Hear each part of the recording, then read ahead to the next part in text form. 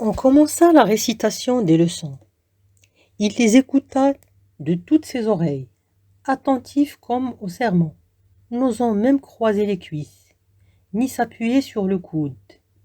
Et, à 2 heures, quand la cloche sonna, le maître d'études fut obligé de l'avertir, pour qu'il se mît avec nous dans les rangs.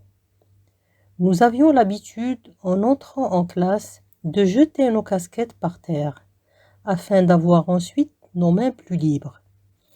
Il fallait dès le seuil de la porte les lancer sous le banc, de façon à frapper contre la muraille, en faisant beaucoup de poussière. C'était là le genre.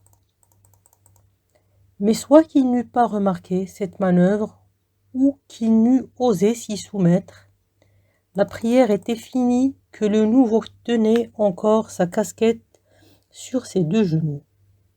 C'était une de ces coiffures d'ordre composite, où l'on retrouve les éléments du bonnet à poil, du chapska, du chapeau rond, de la casquette de loutre et du bonnet de coton, une de ces pauvres choses, enfin, dont la laideur muette a des profondeurs d'expression comme le visage d'un imbécile.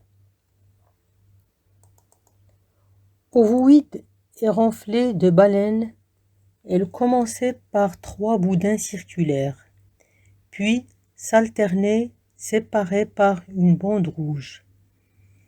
Des losanges de velours et de poils de lapin. Venait ensuite une façon de sac qui se terminait par un polygone cartonné, couvert d'une broderie en sous-tache compliquée, et d'où pendait au bout d'un long cordon trop mince un petit croisillon de fil d'or, en manière de gland. Elle était neuve, la visière brillait.